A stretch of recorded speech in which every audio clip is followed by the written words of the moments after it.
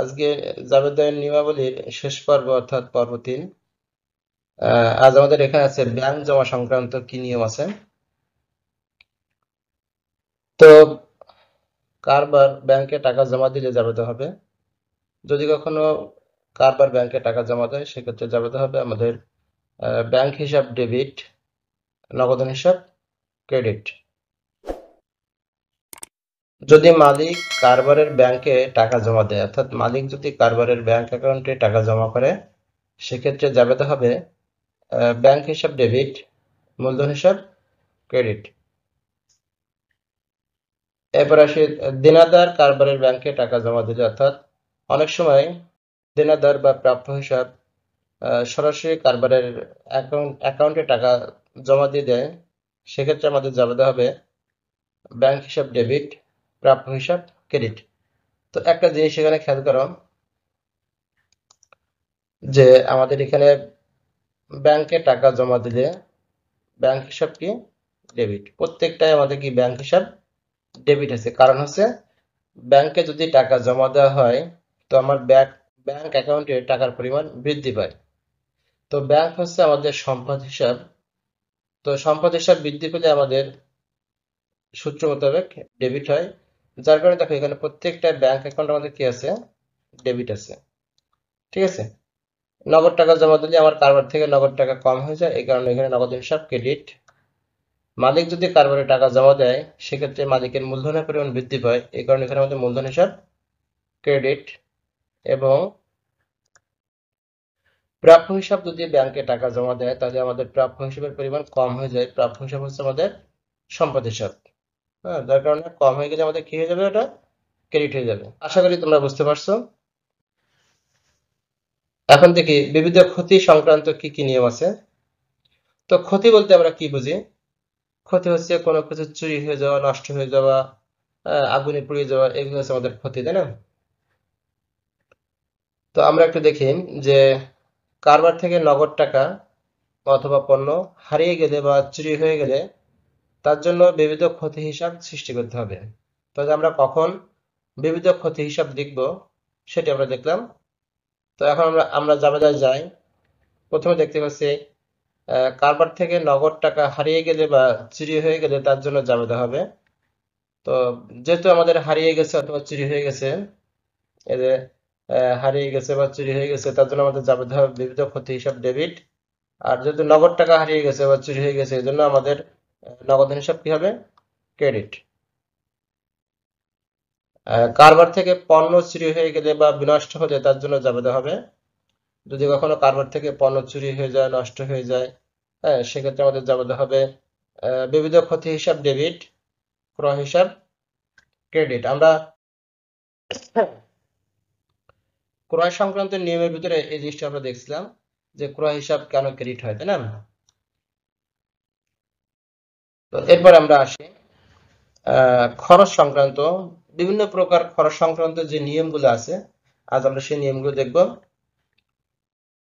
সাধারণত কোনো খরচ যেমন বেতন, ভাড়া, মজুরি, কমিশন ইত্যাদি প্রদান করা হলো, খেয়াল করতে হবে আমাদের যে প্রদান করা হলো বলা থাকে যদি তাহলে বুঝতে হবে যে এটা আমাদের নগদে প্রদান করা হয়েছে, তাই না? তো আমাদের নিয়মে কি কি আছে? কোন খরচ যেমন বেতন, ভাড়া, মজুরি ইত্যাদি যদি নগদে প্রদান করা হয় সেক্ষেত্রে জাবেদা হবে সংশ্লিষ্ট খরচ হিসাব ডেবিট, নগদ হিসাব ক্রেডিট। তো এখানে সংশ্লিষ্ট খরচ বলতে আমরা গত ক্লাসে খুব সুন্দর করে দেখাচ্ছিলাম যে সংশ্লিষ্ট খরচ আমাদের কখন হবে, তাই না? এখানে যদি আমরা বেতন নগদে প্রদান করি তো বেতন আমাদের একটা খরচ। হ্যাঁ, তো এখানে আমাকে তখন জানতে হবে যে বেতন হিসাব ডেবিট, নগদ হিসাব ক্রেডিট। যদি ভাড়া প্রদান করা হয় সেক্ষেত্রে আমাদের জানতে হবে ভাড়া হিসাব ডেবিট, নগদ হিসাব ক্রেডিট। তো আমাদের অনেক খরচ আছে যার কারণে এখানে আমরা স্পেসিফিক কোনো খরচের নাম উল্লেখ করিনি, এখানে সংশ্লিষ্ট খরচ হিসাবটাকে আমরা ডেবিট হিসেবে দেখাইছি। হ্যাঁ, যখন যে খরচটা হবে তখন আমরা শুধু সেই খরচের নামটা এখানে বসিয়ে দেবো। কোন খরচ যেমন বেতন, ভাড়া, মজুরি ইত্যাদি চেকে প্রদান করা হলে জাবেদা হবে সংশ্লিষ্ট খরচ হিসাব ডেবিট, ব্যাংক হিসাব ক্রেডিট। কোন খরচ যদি বকেয়া থাকে সেক্ষেত্রে আমাদের জাবেদা হবে সংশ্লিষ্ট খরচ হিসাব ডেবিট, বকেয়া খরচ হিসাব ক্রেডিট। এবং কোনো খরচ যদি অগ্রিম প্রদান করা হয়, মানে আমি যদি কোনো খরচ অগ্রিম প্রদান করি সেক্ষেত্রে জাবেদা হবে অগ্রিম খরচ হিসাব ডেবিট এবং নগদান হিসাব ক্রেডিট। এখানে অগ্রিম খরচ এটি কিন্তু আমাদের সম্পদ হিসাব, ঠিক আছে। তো আমরা এই যে নিয়মগুলো আমরা দেখছি বা বিগত দুটি ক্লাসে দেখছি, আমরা সবাই বাসায় এই নিয়মগুলো খাতায় লিখবো, নোট করব, হ্যাঁ, এবং এই মোতাবেক আমরা জাবেদা করব। এখন আসি আয় সংক্রান্ত নিয়মে। তো সাধারণত কোনো আয় যেমন বিনিয়োগের সুদ, উৎপাদনের সুদ, কমিশন প্রাপ্তি, বাট্টা প্রাপ্তি ইত্যাদি অনেক আয়ের নাম আছে, আমরা অত তো এখানে লিখি নাই, দুটো একটি নামের নাম এখানে উল্লেখ করছি। তো ইত্যাদি যদি পাওয়া যায় বা পাওয়া গেল বলা থাকে তাহলে নগদ প্রাপ্তি মনে করতে হবে। যেমন বিনিয়োগের সুদ পাওয়া গেল, তাহলে বুঝতে হবে এই বিনিয়োগের সুদটি আমাদের নগদে পাওয়া গেছে, তাই না? তো আমরা নিয়মে আসি। কোনো আয় নগদে পাওয়া গেলে জাবেদা হবে নগদান হিসাব ডেবিট, সংশ্লিষ্ট আয় হিসাব ক্রেডিট। তো এখানে সংশ্লিষ্ট আয় বলতে আমাদের যে আয়টি পাওয়া যাবে ঠিক সেই আয়টির নামটা আমরা এখানে লিখবো। যদি বিনিয়োগের সুদ পাওয়া যায় তো জাবেদা হবে নগদান হিসাব ডেবিট, বিনিয়োগের সুদ হিসাব ক্রেডিট, ঠিক আছে। এরপরে আসি, কোনো আয় যদি চেকের মাধ্যমে পাওয়া যায় সেক্ষেত্রে জাবেদা হবে ব্যাংক হিসাব ডেবিট, সংশ্লিষ্ট আয় হিসাব ক্রেডিট।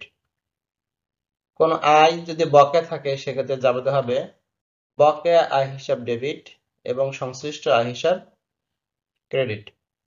তো এখানে বকেয়া আয় এটি আমাদের সম্পদ, যত প্রকার আয় বকেয়া থাকবে সকল বকেয়া আয় হচ্ছে আমাদের সম্পদ হিসাব। আমরা যখন জাবেদায় যাব তখন এই হিসাবগুলো খুব সুন্দরভাবে আমরা এখান থেকে শিখবো যে আসলে কিভাবে বকেয়া আয় বা বকেয়া ব্যয় বা অগ্রিম আয় বা অগ্রিম ব্যয় আমরা হিসাবভুক্ত করব, জাবেদা করব, হ্যাঁ, এগুলো আমরা তখন খুব সুন্দর করে শিখবো। এরপরে কোনো আয় যদি অগ্রিম পাওয়া যায় সেক্ষেত্রে জাবেদা হবে নগদান হিসাব ডেবিট, অগ্রিম আয় হিসাব ক্রেডিট। এরপরে আমরা আসি ব্যাংক হতে উত্তোলন সংক্রান্ত কিছু নিয়মে। তো ব্যাংক হতে উত্তোলনের সময় ব্যক্তিগত প্রয়োজনে অথবা অফিসের প্রয়োজনে উত্তোলন উল্লেখ না থাকলে অফিসের প্রয়োজন বা অফিসের প্রয়োজনে উত্তোলন মনে করতে হবে। অর্থাৎ যদি কখনো ব্যাংক থেকে উত্তোলনের সময় কোনো ব্যক্তিগত প্রয়োজন বা অফিসের প্রয়োজন বা কারবারের প্রয়োজন কোনো প্রয়োজন উল্লেখ করা না থাকে তাহলে বুঝতে হবে আমাদের অফিসের প্রয়োজনে ব্যাংক থেকে টাকা উত্তোলন করা হয়েছে। তো ব্যাংক থেকে যদি অফিসের প্রয়োজনে টাকা উত্তোলন করা হয় সেক্ষেত্রে জাবেদা হবে নগদান হিসাব ডেবিট, ব্যাংক হিসাব ক্রেডিট। এবং ব্যাংক হতে উত্তোলনের সময় যদি ব্যক্তিগত প্রয়োজনে উত্তোলন বলা থাকে সেক্ষেত্রে আমাদের জাবেদা হবে উত্তোলন হিসাব ডেবিট এবং ব্যাংক হিসাব ক্রেডিট। এখন আমরা আসি কোনো স্থায়ী সম্পদের উপর অবচয় ধার্য করা হলে জাবেদা।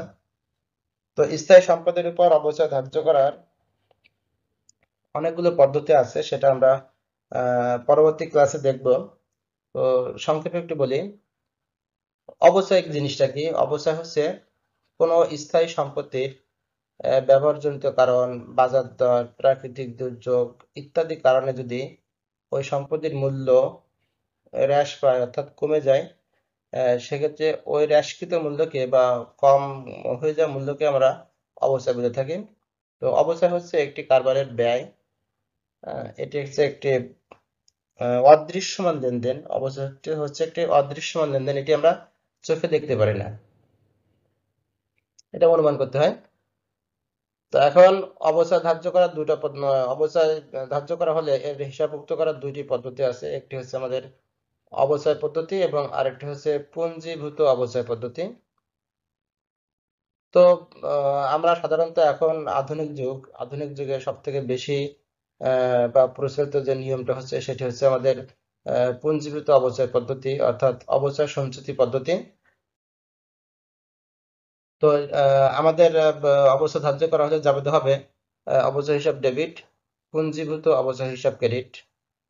এখন যদি কেউ দেখে যে অবচয় হিসাব ডেবিট, সংশ্লিষ্ট সম্পদ হিসাব ক্রেডিট দুটোই সঠিক, আমরা যেটা দেখবো সেটা হবে, তবে আধুনিক হিসাবে আমাদের আহ, এই জাবেদাটাই অ্যাপ্রোপ্রিয়েট, আমরা এটা সবসময় ব্যবহার করার চেষ্টা করব। ঠিক আছে, এখন তোমাদের জন্য আমার কাছে টিপস আছে। এই টিপসটি খুব গুরুত্বপূর্ণ, কারণ আমাদের লেনদেনের শেষে কিছু কিছু শব্দ উল্লেখ করা থাকে, আমরা যদি এই শব্দগুলোর অর্থ বুঝতে পারি তো আমাদের জন্য লেনদেনটি বোঝা খুব সহজ। হ্যাঁ, আমরা প্রথমে দেখি প্রাপ্ত অর্থ।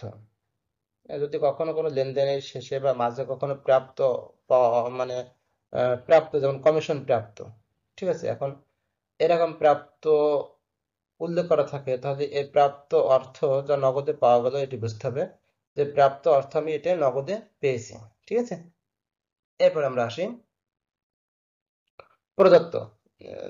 যেমন বেতন প্রদত্ত, ভাড়া প্রদত্ত, কমিশন প্রদত্ত, হ্যাঁ, বাট্টা প্রদত্ত ইত্যাদি প্রদত্ত যদি থাকে, তাহলে প্রদত্ত অর্থ হচ্ছে আমাদের যা নগদে প্রদান করা হয়েছে। যেমন বেতন প্রদত্ত মানে বেতনটি আমাদের নগদে প্রদান করা হয়েছে, এই কথাটি বোঝাচ্ছে। ঠিক আছে, তো প্রাপ্ত অর্থ আমরা বুঝলাম যে নগদে পাওয়া গেছে, এবং প্রদত্ত অর্থ যা নগদে প্রদান করা হয়েছে। এখন আসি প্রাপ্য। হ্যাঁ, প্রাপ্য অর্থ যা পাবো কিন্তু এখনো পাওয়া যায় নাই। আমাদের যদি কোনো শব্দ শেষে প্রাপ্য থাকে, এর প্রাপ্য কথাটা বলা থাকে, তাহলে বুঝতে হবে যে ওই টাকাটা আমরা পাবো কিন্তু এখনো এটা আমরা পাইনি। ঠিক আছে, এটা আমাদের কি হিসাব? সকল প্রাপ্য হচ্ছে আমাদের সম্পদ হিসাব। এবার আমরা আসি প্রদেয় অর্থ, যা প্রদান করতে হবে কিন্তু এখনো প্রদান করা হয়নি, অর্থাৎ আমাকে একটি টাকা পরিশোধ করতে হবে কিন্তু সে টাকাটা আমি এখনো পরিশোধ করিনি, আমাকে পরিশোধ করতে হবে। এরকম যদি কখনো কোনো শব্দ উল্লেখ করা থাকে তো সেটি আমাদের দায় হিসাব হবে। এটা আমরা খুব ভালো করে মনে রাখবো। তো আমাদের এই 3টি পর্বের মাধ্যমে আমরা জাবেদার নিয়মগুলো শিখছি। তো এরপরে আমরা ধারাবাহিকভাবে জাবেদার গাণিতিক সমস্যার সমাধান নিয়ে আলোচনা করব। তো তোমাদের সুস্বাস্থ্য কামনা করে আজকের মতো এখানে বিদায় নিচ্ছি। আল্লাহ হাফেজ, সকলকে ধন্যবাদ।